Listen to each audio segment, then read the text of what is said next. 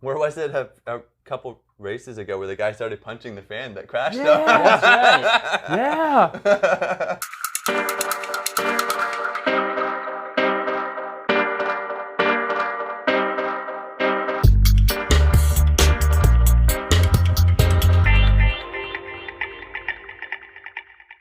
What's up, everybody? Welcome to another episode of Coaches on Couches. Bing slouches with a massive non-slouch. Extreme non-slouch. A non-slouch in the middle. He's even sitting tall.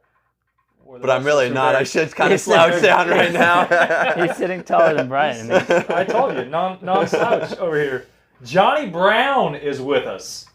Current U.S. Pro Road Race National Champion from the area, just north of here in the bustling metropolis of Covington, Tennessee. The middle of nowhere. Joining us on the couch today, we're going to be chatting all about him, his kind of path to where he's at now. But first, I'm Coach Dale Sanford. I am Coach Bryant Funston. We are the co-founders of BPC Performance Coaching, where we specialize in helping time-crunched athletes optimize their busy schedules so they can maximize their athletic performance.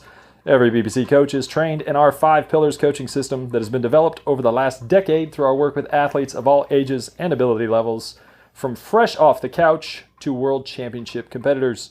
You can find out more about BPC by going to buildpeakcompete.com, checking Facebook and YouTube at buildpeakcompete, or all up on that Instagram at BPC Performance. Booyah. Nailed it, Funston. Nailed it. All right, we will get to Jonny here in a second, but first and foremost, shout-outs. I'm gonna lead it off here. The Machine, Phillip Young, last weekend, and I'm gonna screw this name up real hard. Lake Pflugerville Triathlon. It starts with the PF. Pflugerville. That's gotta be PH is F.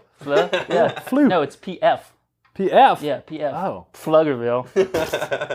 Olympic try. Third overall male there. Actually, one of his better, it was a 2:10. One of his better performance. Bike was a little bit long, but he still had a solid, he probably would have been under an hour if he. Nice. Excellent. If it wasn't longer. But and then last night, had one of his better crit performances, Tiger Lane, third in the 4-5 race. So. Yeah, was he more proud of that or that preemie one? I think he enjoyed. That's what. It's probably the first race that he's ever like really animated, and like crit race that he's ever really animated, and then like been there at the finish to contend. Yeah, and ended up on the podium and a preem. So. And a windy day. I mean that kind of suits him. Bigger rider, super windy. Yep. And then Meg Densmore, our girl in the Democratic Republic of Congo, went over to Kingali and did the half marathon there. Super hilly course. Yeah, pretty much up and down, and then like the last bit was like straight up the mountain. Oh, geez. It was a good overall performance for her considering the course. I'm going to do a shout out to 901 Racing for putting on a quality event last night. Each year since we were joking with Jonny earlier, I think Jonny was probably 9 years old when we first were racing against him at Tiger Lane. It's been happening for a long time, and they always put on a great event. It's good to have the whole community out there. And it was even larger last night because our boy Jonny Brown was out, so the whole start-finish just lined with people cheering. Everybody came to see the Stars and Stripes jersey. They did. It was a great race. Races like that are what makes cycling exciting, those weekday crits. And I'm wearing the shirt right now. Bam! Because it's huge being able to go out and have a good time with your friends and just race your heart out. Mm-hmm. Yeah, local racing, it can make it tough. If you have to travel 5 hours, it's tough for new people to get into the sport. Yep. So local racing's huge, and they did a great job. Yeah, we missed not having all four Wednesdays in April, May. Well, maybe now that the football league that was alive for like 3 weeks is gone, that was like the big issue was they had rights to the stadium, so maybe they'll be able to extend it again. You have any other shout outs? None from me. None for John. Well, actually, everyone that came out last night, shout out to you for coming out. Excellent. Yeah, absolutely. And for not leaving any beer at the end. Yeah, I don't know. That's we didn't want to be tempted. Shout out, Brian. We didn't want to be tempted. I got one last shout out, and it's to Johnny's tan lines. Absolutely. All my tan lines. They are substantial. So this episode brought to you by Copper Tone. Cool. All right. We got any good lucks? Good luck. Yeah. Buffalo Bill, Annie Oakley Triathlon this weekend. Yep. Good Crit luck to those racing in guys. Arkansas and in Huntsville. And then in a week and a half, Yeah. Jonny Brown defending his title over in Knoxville again. U.S. Pro Nats. Good luck to him. Good luck to Nate Brown, who's racing Tour de Suisse right now, who will be there as well. We'll be screaming Our at the TV Tennessee once home. again. Yes, we will. Hopefully good screams. Exactly. Either way. Exactly. All right. So we'll kind of get into it. You know, Johnny's the reigning U.S. Pro Road Race champion. Bryant, you want to bust out a few so Johnny doesn't have to talk about himself? Yeah, Johnny has a habit of winning national championships. So I remember, 2014, watching in the U18. Johnny's 17 years old, goes and wins a national championship, and that was a course that did not suit you, if I remember right. Like a hilly. Was that Salt Lake? No, or not it's Salt in Lake. Wisconsin. Okay, Madison, yeah. Wisconsin. That's right. Yeah. Both those courses didn't really, I wouldn't say suited your style, but on a strong team and obviously a super strong rider. So he then repeats and wins it again the next year as an 18-year-old. Yep. I guess that was just some foreshadowing of things to come where, 2018 over in Knoxville, Johnny takes home what I think we would call the win of your career, right? Yeah. And winning the U.S. Pro Nats road race in what seemed like, and we'll dive into this more, but seems like you raced that thing perfect, and then had the legs to finish it off at the end. So that was huge. I know all of Memphis was like so jazzed about that. But a few more like race. If I could choose a race that I could go and do, like if I could be a pro for a day, it would have to be Paris Roubaix. And our Johnny this past year, 7th in the U23 version of that race. And then sounds like you're kind of a classics man over here. Liège-Bastogne-Liège, 14th in the U23 version. So a man who likes some cobbles apparently. How crazy are those? It's so nuts. Is it? Even this year and last year when I flew back the day after, and it literally feels like you're an 80-year-old man sitting in the plane with like arthritis. You're just sitting there like, I can't move anything. It's so rough. It's like, it's way rougher than you actually think it's going to be. Really? Yeah. And I heard like the run into those sections are like more crazy than once you actually get on. Yeah, Is it's that like the fight for the front? Yeah, because even we had 40 kilometers of road before you even reach the cobbles. Yeah. And the first cobble sector, we had like 3 crashes leading into it because everyone wants to be at the front. Yeah. And then it's just chaos from there. It's survival then. So where did you find yourself going into like first section? Was it something So you had to- last year, I made the early break before the sectors. Oh, nice. So Good. I was in the break all day, and then when we hit, our race was 185 kilometers. So when we hit like 120-ish, I went solo already from the break, and I went solo for a long time, and then a group caught me from the field, and then it was us, and then going into Carrefour de l'Abre, which is the last main sector, I was in that group, and there were 7 of us, but I flatted out of it. And then, when that happened, it was race over and try to hold off the next group, which I was able to. How quick was support? Was support like so that right was there, the neutral issue. Support, or? No, so our car, there was 8 of us, and that guy got dropped, so our car was behind that rider. So until that rider passed me, so I was just sitting there riding a flat tire on the cobbles, which you can't really do. And then, but Might it was a wheel replacement. Yeah. Total wheel replacement. Yeah. But still, to get 7th was Oh, that's crazy. pretty cool. It was cool. And how hard was that race? Like just ridiculous? It Like was, compared to because Tiger Lane last night. I don't know, because I did set PRs last night. I at Tiger Lane, so. So you heard it here first. Tiger Lane is harder than Paris Roubaix. That's awesome. Of the two, Paris Roubaix and Liège-Bastogne-Liège, which would you say is the harder race? You know, it's totally different style of racing. Liège is hillier, as you know, and then Roubaix is pretty flat. Yeah. It's really flat. So yeah, harder in different ways, and U23 Roubaix, ours is in June, first week of June always. So it's warm. Yeah. So it was like 85 this year. So that adds a different element that the pros don't have. Where Liège is in April. So it's like that's a different element with cold. Yeah. Yeah. You never know what you're going to get Yeah, there, right? exactly. Every race always has its own unique hardness to it. And it's hard to always compare them. Yeah, for sure. Cool. So like let's kind of get into your journey into pro cycling, because kind of we've alluded to the fact that you've been racing for when did you start racing? 9 years old. Since you were 9, and there were several years where we kind of felt like we picked on you, but a lot of times when we had 15 people out there to him, it was on purpose. The we had to. Yeah, the older you got.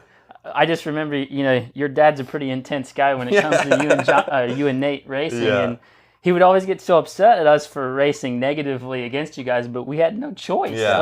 Yeah. So kind of talk about like how you got into cycling, family aspect to it, and then like the road into kind of becoming a pro.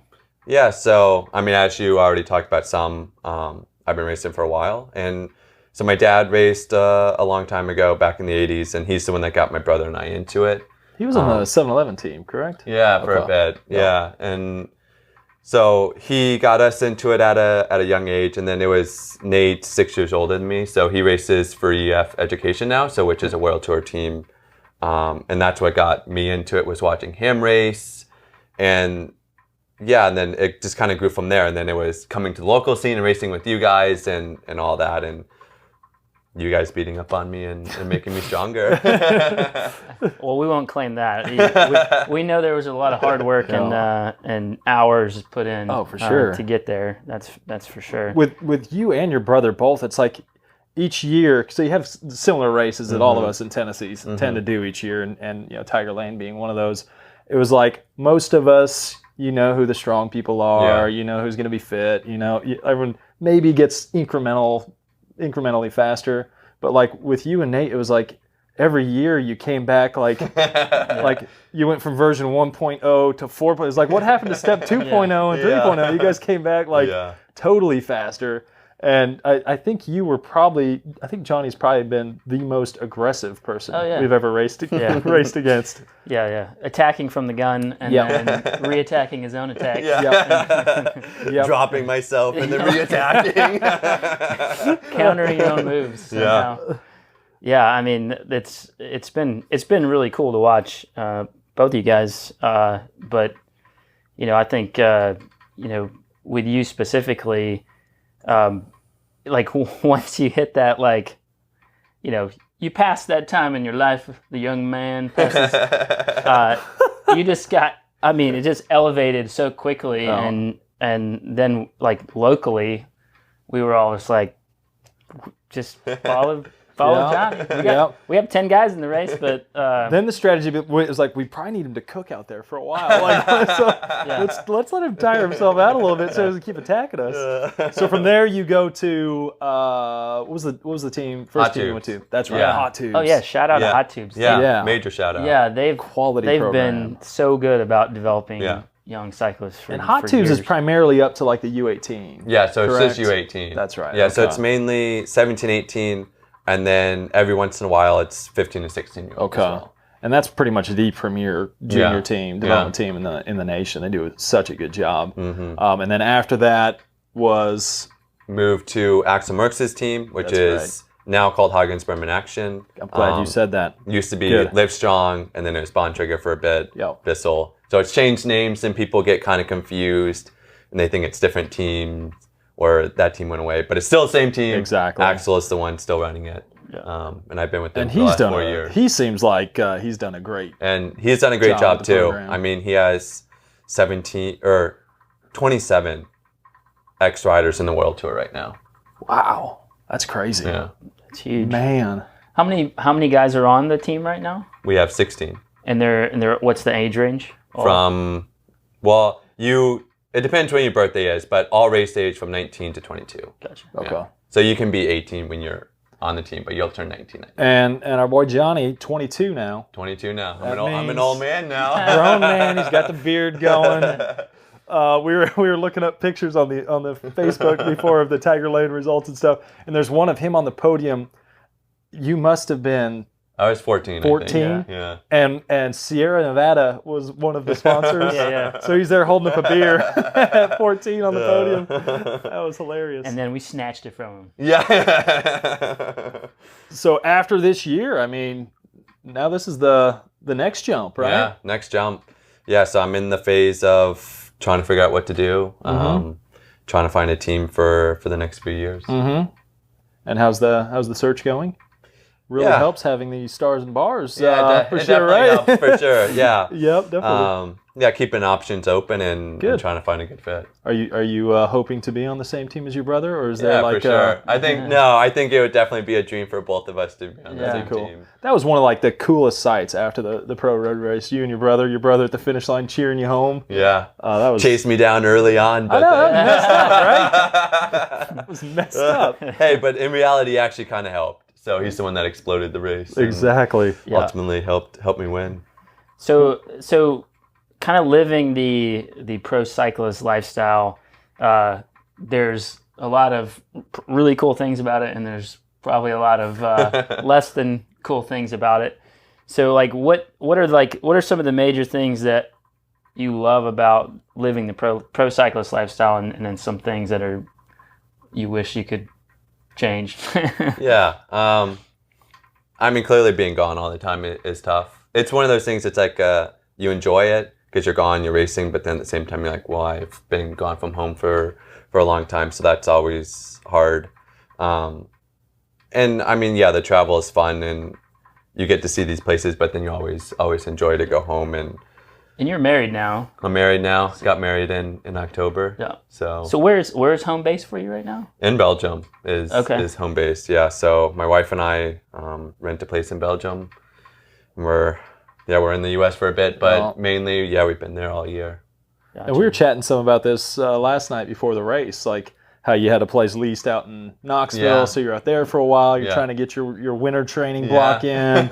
And in East Tennessee, you convinced your wife from California how awesome Tennessee was. Yeah. And we get hit with the worst. We talked about it on this show before. The worst winter ever. So now she does. There's now a divide in your relationship because she thinks you're a liar. Yeah.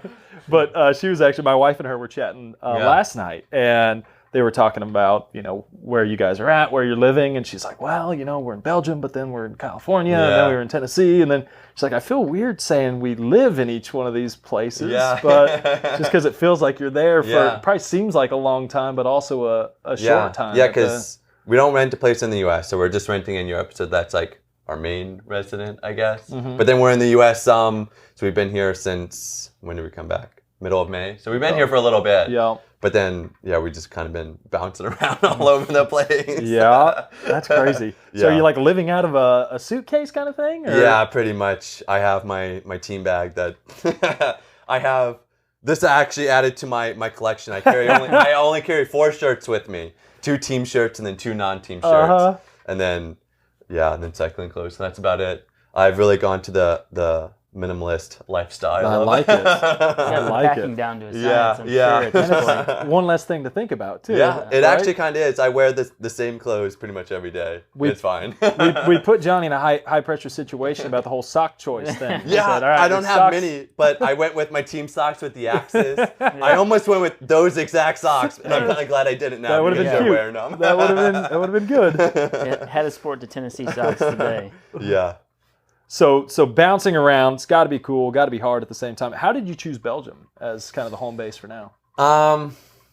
It's last year we went to Girona, Spain, which is where a lot of the pro cyclists Popular live. place, yeah. But I found for me and being on Action, it was kind of tough because all the races we do are in Belgium, France, or the Netherlands. So then I was actually gone all the time because it was like, well, we're not going to fly you home for 2 days because you're racing again. Gotcha. So then, we were looking around, and I love Belgium. The people there are really nice. How's the weather? weather's not so good. But yeah, but the nice thing was we'd race in Belgium, and that night drive an hour and I'm back home. Exactly. They'd pick me up at the house and things like that. So that aspect, it was easy because it's like, okay, the team's picking me up. I don't have to fly. I'm not driving an hour and a half or catching the train 2 hours to the airport from Girona to Barcelona. So it was things like that. You're worn out before you actually get to the race from all that, right? And it was things like that, just small things. It was like, for me, going back and because the team does big blocks all at once. So it's like all our races, we race from February to May, and they're really clumped together. Okay. So it was like all the travel was starting to get really wearing and things like that. So it's like, what can we do that we're in one spot? It's easy. Yeah. You're saving energy that way, not traveling. Because flying, I mean, it takes it out of you. And Sure. yeah, so we wanted to find a city that was easy for Americans too, which we're in a town called Ghent. So it's 500,000 people. Everyone speaks English. Okay. I shouldn't say I was. I still am trying to learn Dutch, but it's everyone speaks such good English there that they just respond in English. So it makes it kind of tough, but it also makes it kind of easy and nice. So for the rest of this video, we're just going to speak in Dutch. Johnny's going to lead it off for us. Yeah, I don't know about that. I'm hoping to get a few more Belgian viewers here. Yeah. So for a while there, you had an Instagram thing going where you were rating the beds you stayed, Which I really enjoyed. which Yeah, is pretty it's funny. still going. I just haven't been at a race in a while. So. So what You can add the couch if you'd like. Oh. what would you say was the worst bed you've ever stayed in? Oh, the worst bed this year, or in general? You pick it. Yeah. At a race. At a race, So like a race well, situation. There's one in particular. When I was a junior, there was this race called Pays de Vaud, and it's a UCI race for juniors, and it's in Switzerland. And you're like, God, this is one of the premier races. Oh, yeah. It's going to be nice. We stay in army barracks. We stay in. So, like, literally, you have the military there, and then there's 200 juniors staying in the same area, and we're sleeping in cots. No way. Yeah. Like a legit cot? Yeah, like a legit army cot for the race. So Because this is the funny thing. Like, most people have the idea, like, the glamorous lifestyle that it would be to be a pro traveling in Europe, Just getting massage. tasting wine everywhere you go, Yeah. spraying champagne, No. Yeah. beautiful beds. That And then- was. It's up then. That was the worst. And the funny thing is, you're racing with everyone, and in a race, it can get pretty heated. Sometimes you're in the race, you aren't making friends, and then it's like, oh, we're all you're literally this close to me now that night. So it makes an interesting. You're like sleeping with one eye open under the covers. Can I request a different cot Yeah, here? it's funny, but that's So definitely- best. What has the best been? Probably True of California. They produce good beds. Oh, yeah. They had some good ones. That was a top level. Yeah, that was top level. Just America in general. The beds are really nice in America. Yeah, generally, like over in Europe, it's much smaller They're rooms, so right? small. Yeah, the rooms, like your room's the size of this couch. And a lot don't have AC and stuff, correct? No, nothing. No, I've only stayed at probably 3 hotels in Europe that have air conditioning. So is temperature typically more moderate? Well, more moderate Not than in the here, summer, obviously, but it's so warm. Well, I always say it's really not that warm in the summer. It'll be like 85. yeah. But you got to think, with no air conditioning, you're in the 85 all day, which makes it really warm. Yeah. Yeah, set your house to 85. Yeah, And then exactly. see how much you like Yeah, that. because you're outside, you're like, oh, it's warm. You finish a hot ride. Oh, I'm just going to go into the really hot house now. Especially with other breathing humans. Yeah. The humidity starts creeping up. Especially on a cot with 200 other Yeah, exactly. It's really, really miserable. So how do you feel like that impacts recovery? Do you feel like it's a big difference? Well, Training even and I've racing in the been US saying versus- since I've been back in Tennessee for the last few weeks, I've noticed recovery is not as well because it's like it's so warm and you get so tired during the ride and you're getting so dehydrated that's like I'm finding that it's taking more to recover, and it's the same there then because it's like you race and then you're sitting in your bed at night and it's 85 degrees. Quality sleep is and probably hard that's to like come one by, of the biggest things they're saying now too is like sleeping in a really cold room helps recovery, and it's like Yeah. Was it Sky that had like the cooling beds or something? Well, at the actually, tour? I almost bought these things. They're called like cool pads. And it's pretty much like this thing. It's like almost like a hot pad. You just put it under your bed, and it's the same type of thing. Yeah. But they're pretty expensive. How many times a week do you sweat through your sheets? A lot. Johnny's got 4 shirts, 4 pairs of shorts, and 18 sets of sheets. Yeah. So like while you're traveling around the world, just real, we talked about some of the other races, but what this season, what is your favorite race that you look forward to? This year, I did a race I'd never done before. The team had never done before. It's called Tour of Columbia. We went down there in February. Yeah. We went straight from team camp in Fayetteville, Arkansas, which that in itself is awesome. I really enjoyed going to Fayetteville. Yeah. And then we flew to Columbia. And everyone had talked about how cool the race was. Those best crowd. Look nuts. It was the coolest race I've ever done. And there was one day in particular, it was 20 kilometers some circuit, so we'll say 15 miles. There was not one spot that there weren't people. 3 wide at least. Wow. Yeah. And like the main spots, as far as my eyes could see on the side of the road, there were people lined across. And it was like, imagine even last night, Tiger Lane. Yeah. Each time you come to the start finish, being completely full. And you're like, now think of a 40-minute circuit. A 30-minute circuit being completely full of people. Do you find that like is more distracting, or is it like more invigorating? It is a little distracting because you're like, they're so close to you that you're like, I'm scared to ride at the edge of the peloton because these people are so excited and they're right in the middle. But it's at the same time, you're like, this is really cool. Yeah. This is so cool. That'll jazz you up. It does jazz you up. So speaking of that, like if you are on the edge, are you just trusting that they're not gonna? Well, we had one experience. This person wasn't paying attention. He stepped out too far, and we almost had a major crash in the peloton because it was like everyone swerved, and then all of a sudden you're like, oh boy, there's this guy in the road. Yeah. And you got to trust him. You see it in the tour. You see it in all the big races. Yeah. Before in the last year, people just getting clipped. Yeah. Vincenzo, didn't he break his back by hitting a fan? Yeah. Nibali last year, I think. Where was it a couple races ago where the guy started punching the fan that crashed? Yeah, that's right. Yeah, that's right. I can't remember. That was I don't remember Giro. what race that was. It was Giro. Oh, it was the Giro. Yeah. That's right. Yeah. I mean, I'd be pretty upset. Yeah, me too. Pretty upset. I was rewinding it. My daughters were. I was watching it. I rewound it. I was like, "Watch this." Yeah. My daughter goes, "Why is he hitting him?" I was like, "He just knocked him off his bike," and he was like, "He went for the double hit too." He did. It was one, and then it was like, "I'm coming back." Oh, that's funny. So we have to ask what really happens after a good team win.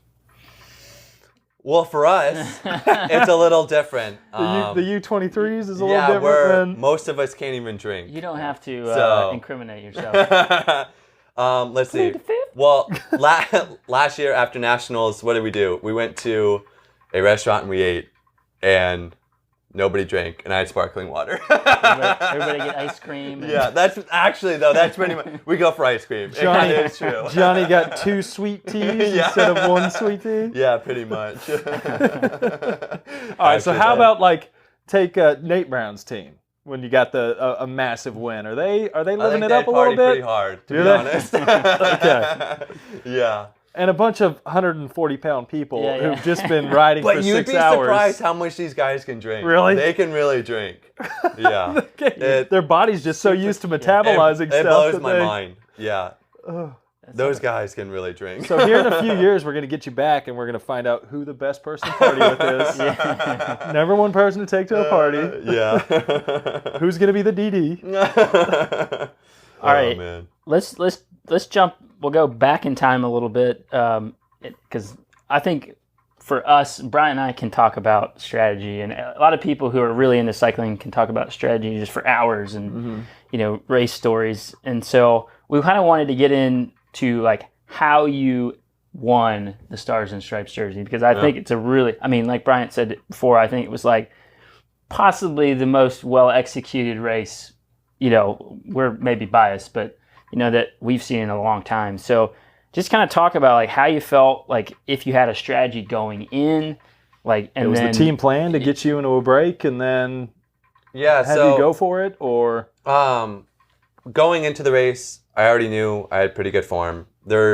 a UCI race that we do right before in Canada called Tour de Beauce. Yeah. And I went there and I got second on a stage, 5th and 6th. That's right, yeah. And it was like, okay, form is really good. And it's one of those, it's like, people don't realize, so it's like I was in Europe all spring, and racing is hard, right? And it's like I'm there and I'm fighting and I'm trying to get results. And there would be a few times where it's like results would almost come, but on paper it's like it doesn't really show. And I was really looking to get something last year, and then 7th at Roubaix was the first big one where it's like, okay, confidence is coming back. Yeah. And then going to Beauce, and just barely losing the one stage and getting second was like, okay, form is really here. And that's the first time I've been on the podium as a U23. So it's like, that's huge for me. And then the 5th and 6th. So it's like, okay, going into nationals, I know I have good form, and how am I going to race this that I can get a result? And the result for me going into it was top 10. Yep. I was going to be stoked with the top 10. And team plan with us is always pretty open going into races. It's like you have to find your own opportunity in the race. And we're not going to have one set guy. Because we're all here developing. We're all here. You're all here to get results and try to make it to a bigger team. So we'll kind of have a team plan of like, this is what might happen. And then you find you what react. Yeah, based on exactly. that. Yeah. Okay. So early on, I was like, my goal is to get up in front before the last 2 laps, because I can't climb with the best climbers up the climb. So it's like I have to be off the front already. And I was going into it, I'll race it aggressive. I'll see where that lays. And so early on, a big group of us got away. There was 15, I think. And I had there's 3 of us, so 2 teammates. And it was like, okay, this is great. It's early, but I'm still putting my name out here. You aren't going to have to hit the hills quite as hard. Yeah, exactly. Yeah. And it will, even if we get caught at the end, I was still in the break all day, and this is good. Lots of exposure. Yeah. People saw me. But then EF Education, the team my brother rides for, they missed this big move. So then early on in the race, they go extremely hard to bring this break back, which then literally explodes the race. The race, people just start dying. I think they said there was like 18 finishers. Yeah, there was only 18 that finished in the end. Yeah. And it contributes to them going really hard, the heat, the humidity, people just aren't used to it. So it's like once you go on the red, it's like altitude. Once you go on the red, you're in the red and there's no recovering from it. Heart rate doesn't come back. And that's what happened to all of them. So it's like, so that happened. And then as soon as we got brought back, it was kind of this small group of like 30, 40 guys. And then a couple guys attacked and I saw my opportunity to go with them. And I went with them and we still had half the race left. So it was like... a 114-mile race, right? Yeah. Long race. Long race. So it's like we're only halfway through. And so I get in this break and there's, 4 of us? 5 of us? Yeah. And so we're in the break, and then all of a sudden we have 3 minutes, 4 minutes, and it was like, okay, this is good. And when you're on the highway so the course is kind of weird. You stay in Knoxville city limits the whole time, and you get on this highway and you can see. You do a U-turn, and you can look over. You can see the people, and every lap you would look over, and it's less people and less people and less people, and I was playing. So, mentally, how are you playing that? So you're gonna break away with some people who are probably much better than I am. More well known. Well, at least much more established. Exactly. Than I am. And I was playing the card that I'm the young kid. So were you playing that with them? I was like, especially when it first started. I was playing that card hardcore. Sure. I was like, oh, I'm the young guy. I said it to him at one point. I'm just happy to be here. This is. Did you try like speaking Dutch? Act like I don't understand them. And I was playing it pretty hard because in my mind, then I'm thinking for the end. And so I'm happy to be here, doing a little bit less than they are, and then coming into the last few laps, it's like, okay, like it's were clear. legs feeling better and better the whole time, or were they? Yeah, for me, I've found I normally start feeling better in the races. Like early on, it's hard for me to get going in these longer races, and then the further it gets into it, the better I start feeling. And then going into the last 3 laps, it was like, to me, even at that point, because I know these guys are so good, I'm like, well, I'm happy with getting 4th or 5th. Like, this is going to be so awesome. Yeah.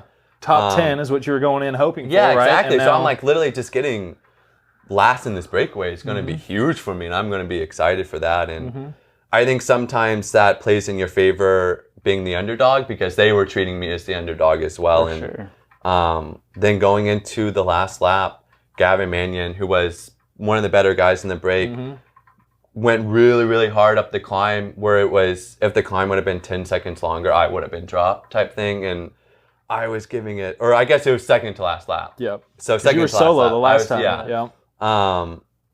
And it was one of those I was fighting. I'm like, just hang on. And it definitely helped knowing the course when you know the course, because I trained on that climb all the time. So it's like, And you know recovery's coming and afterwards, there's one spot right before the end. It's not much. It's like literally probably 5 seconds where you're like not on the pedals. Where it's like, once I made it there, I'm like, I made it over the top with these guys. Yeah. I know I can at least make it another lap with them.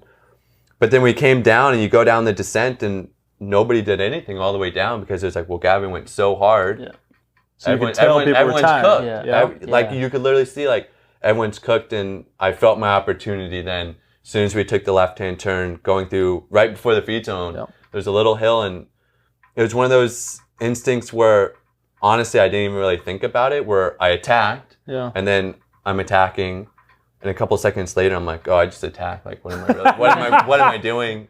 But it was an instinct, and I went for it, and it was one of those, I'm like, well, here it is, and I'm gonna all or nothing now. Yeah, and I'm gonna go for it, and and then probably confidence in knowing that, seeing that reduced pack chasing you, you're like, okay, well, even if this doesn't work, I'm still top 15. Exactly. You know, you're still gonna get a huge result. Exactly. And at that point, once I attacked, I'm like, well, this is great exposure for me, even if they catch. Because in my mind, I was like, they're gonna catch me on the next climb. The way Gavin went that hard, and but then I get on the highway a little bit later, and I realized, like, I already almost have a minute, and then and you could see they were chasing me as hard as they could at that point, and you go through the start finish, and then you get back to Sherrod Hill, and once I hit that, I'm like, I have to go as hard as I can up this climb, because a group of 3 or 4, when they're chasing hard, can go so much faster than one person. And I literally dug as deep as I could, and I came over the top, and they gave me a time check, and I still had a minute. I was like, okay, I can maybe do this. Had a good chance, yeah. You come down, and then it's like, once you're on the highway, you're like, this is big exposure for one person against 3 or 4, and you do the U-turn, and you look over, and you're like, I still have the same time gap. And so then you come off the highway, and you go up this, it's just the off-ramp, but it's a little uphill, and I sprinted as hard as I could, because I'm like, this is another spot they can get time. And it kind of goes to last night, say, when we were chasing your breakaway, it's like, on the backside is the headwind, so that's where I know I can gain all the time on you. And then through the start finish is the tailwind, so I'm going easy. And then, so it's the same thing. It's like every hard spot, go as hard as I can. And then I came over that, and it was still 55 seconds. I'm like, okay, maybe this is possible. And then your last 3-4K, even in my mind, I was like, they're still gonna catch me. Like, there's no way I can hold this off. And well, by that point, they're starting to think, well, I want a podium. So like, who's going to do more of the work? And then the last kilometer, going into the last 500 meters, you take a right-hand turn. It's about that looked like a brutal hill. It's about 200 or 300 meters uphill, and even that section, I still had a minute at that point, 55 seconds, whatever it was. But in my mind, I'm like, they could still catch me. And I literally looked behind me. This is like the opposite of the celebrating too early fails. Well, I looked behind me right before the corner, and I couldn't see them. But in my mind, I'm still like, I could cramp. Something could happen on this hill. And when I hit it, I sprinted as hard as I could up to the top. And once I took the turn, and it's like 250 meters to the finish, then it was like, I just won the national championship.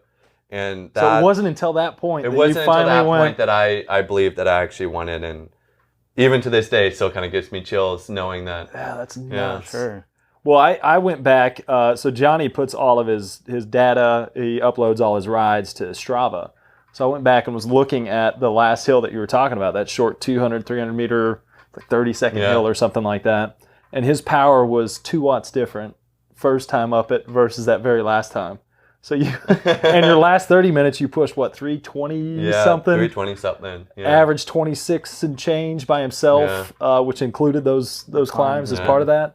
Totally nuts. Yeah, I've had some people since Nationals is coming up again. They keep telling me, they're like, oh, they're not going to just let you ride away again. And inside, in my mind, I really just keep wanting to tell them, like, well, they didn't just let me ride away. Exactly. I deserve that win, and I rode away from them. It's like they were chasing as hard as they could. It's not like they're like, watching it on the TV, they were. Yeah. It was clear they were chasing. Yeah, exactly. And it's like, I deserve that win. That was a legit win for sure. Yeah. I don't think anybody lets anybody roll off in a exactly. Exactly. It's like no race does somebody just be like, they rolled away. I'm going to let them go. So yesterday, after it was confirmed that you were going to come chat with us, I obviously got on YouTube to pull up some stuff on the race from last year to kind of relive a little bit of it before we chatted today. And there was a guy who was in the race. He's on a domestic elite team who had his power going. He's got video going. I've seen this video, yeah. And he talks about how the race starts and like within a K, you're already going up Sherrod Hill. This hard 2.5 minute, which he was over 500 watts on this thing.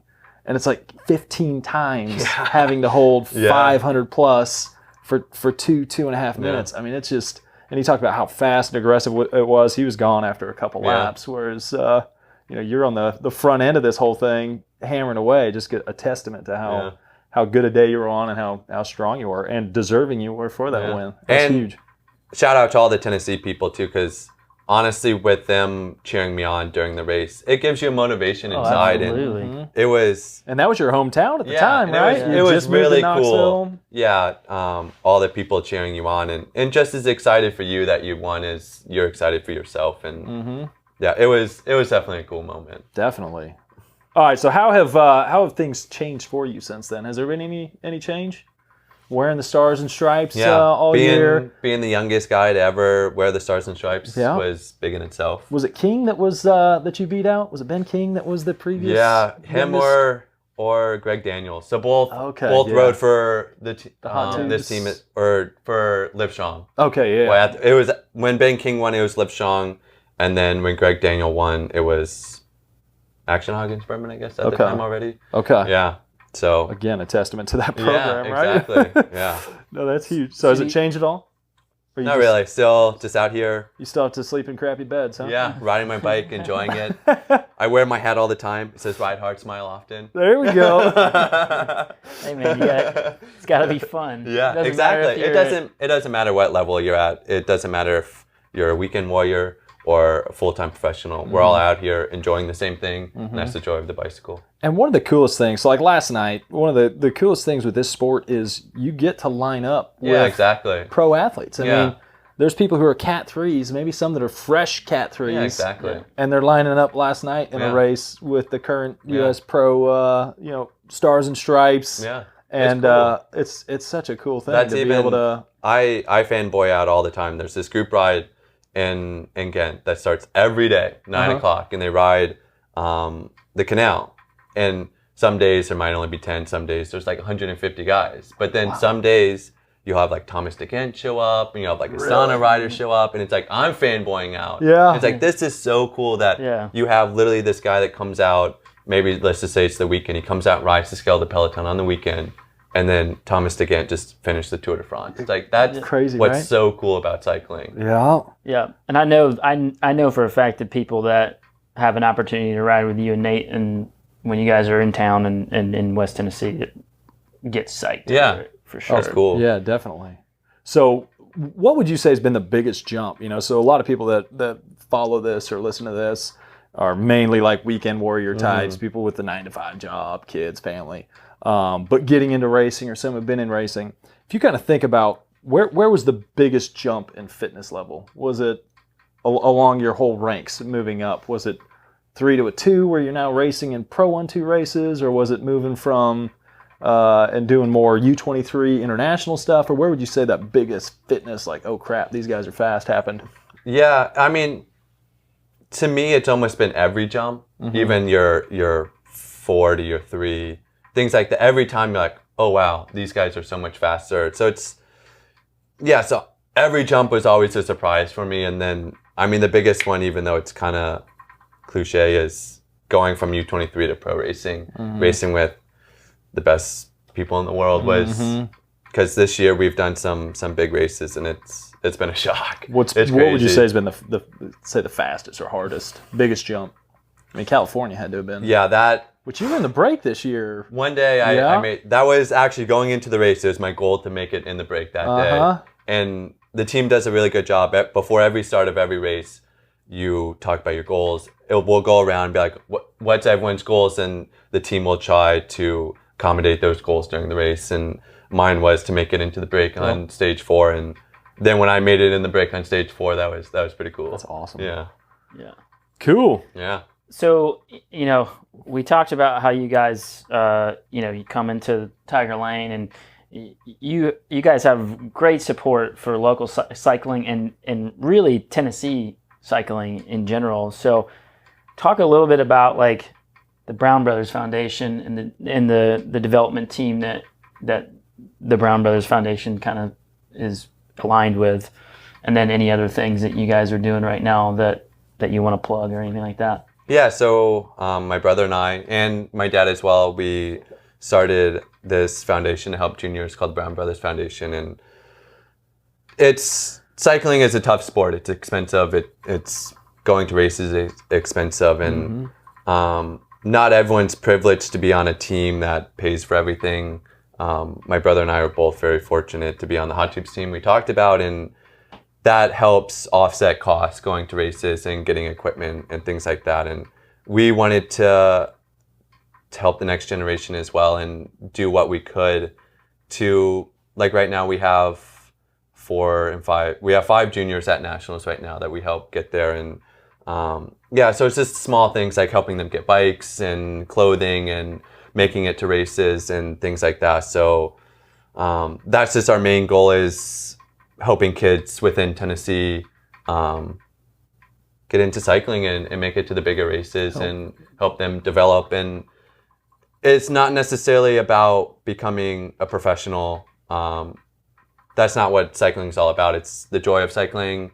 And even with collegiate programs now, it's like you can go to collegiate team and get your school paid for and things like that. And that's what we want to help kids achieve dreams that they have and things like that. No, that's awesome. So if someone wants to help support that financially, what's the best way to go and do that? Just hand it to you at Mexican email food after today? Yeah, so you can email us and then just get it set up that way. Okay, cool. And for a junior out there who maybe is wanting to get in the sport, may want some financial assistance, or a Facebook page or an Instagram or a website, what's the best way? You can go to our Instagram page at Brown Brothers Foundation or Brown Brothers Foundation as well. And there should be a link to the email right there. Okay. Yeah. Cool. Sweet.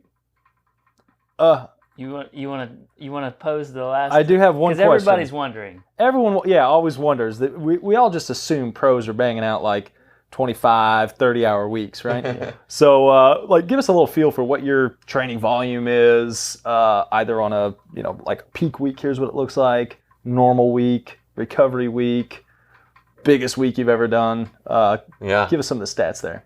Biggest week, trip of California, 37 hours. So that was something. That's sizable. And a lot of altitudinal gain with that. Almost every day. Even they were calling them sprint days, 10,000 feet of climbing. Oh my God. You're like, all right, that's cool. That's not a sprint day. That's not a sprint day. One day with 15,000 feet of climbing. That was so dumb. That is nuts. But on average, I'll do from 15 to 22 hours. Okay. And then easy weeks are 8 to 10 hours max. So it's... And everyone listen, we preach a lot about recovery is just as important as training hard. It's the most underrated thing ever. Absolutely. Because, I coach a few juniors, and that's the hardest thing I have to tell them is like, I gave you an hour easy, and your heart rate was 160 average. Well, what are you doing? You went on the Hammerfest. Yeah, exactly. It's like you got to recover just as hard as you go on your easy days. It's like you got to take it really easy. You do. And that's the biggest trouble. People like, I'm just going to do an easy group ride. Yeah, it's like that's not a thing. When one other person shows up, Yeah. it becomes a race, It right? takes one hard pedal stroke from somebody, Yeah, and it exactly. turns into a race. I've actually had some athletes, I'm not going to name names, who will try to hope that I'm not going to look at the actual data. Yeah. And they'll just go really hard, but then they'll add like some really easy to try to Just pull to down skew the them. averages. Like, Don't do if that. you want to get better, so it's like a coach gives you these workouts for a reason and do what they say. Because it's like if you have an easy day, just go really easy. Mm-hmm.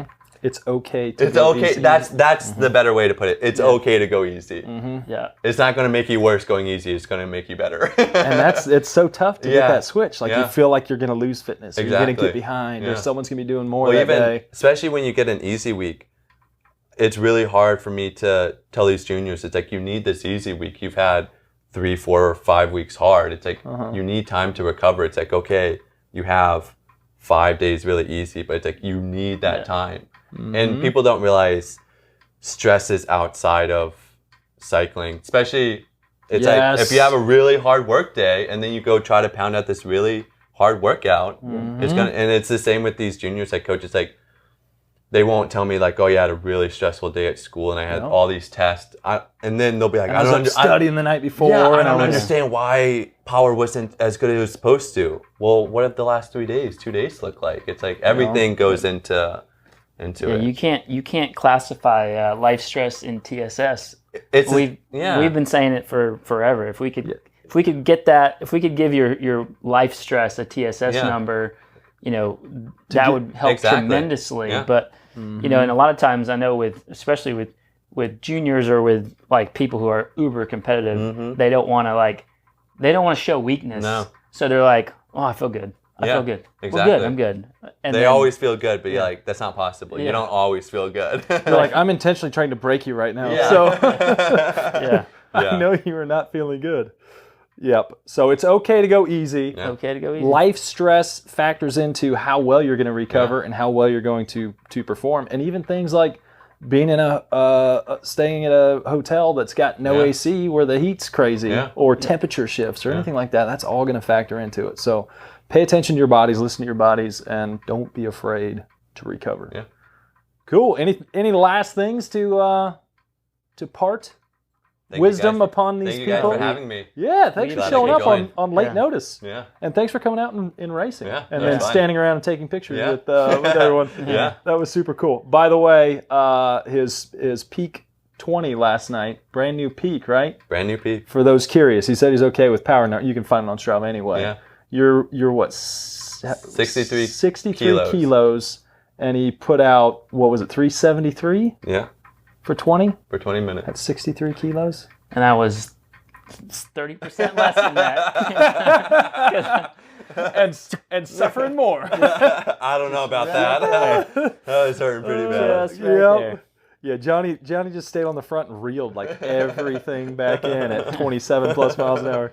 All right, well, it's been great chat with you. We wish you the best of luck next week at Nationals. We will be glued to the TV. Absolutely. Nate, good luck to you as well. If you end up watching this and getting to, of course he will. Brotherly love that. And All right, guys. We appreciate you listening, watching, hanging out. We'll catch you guys next time.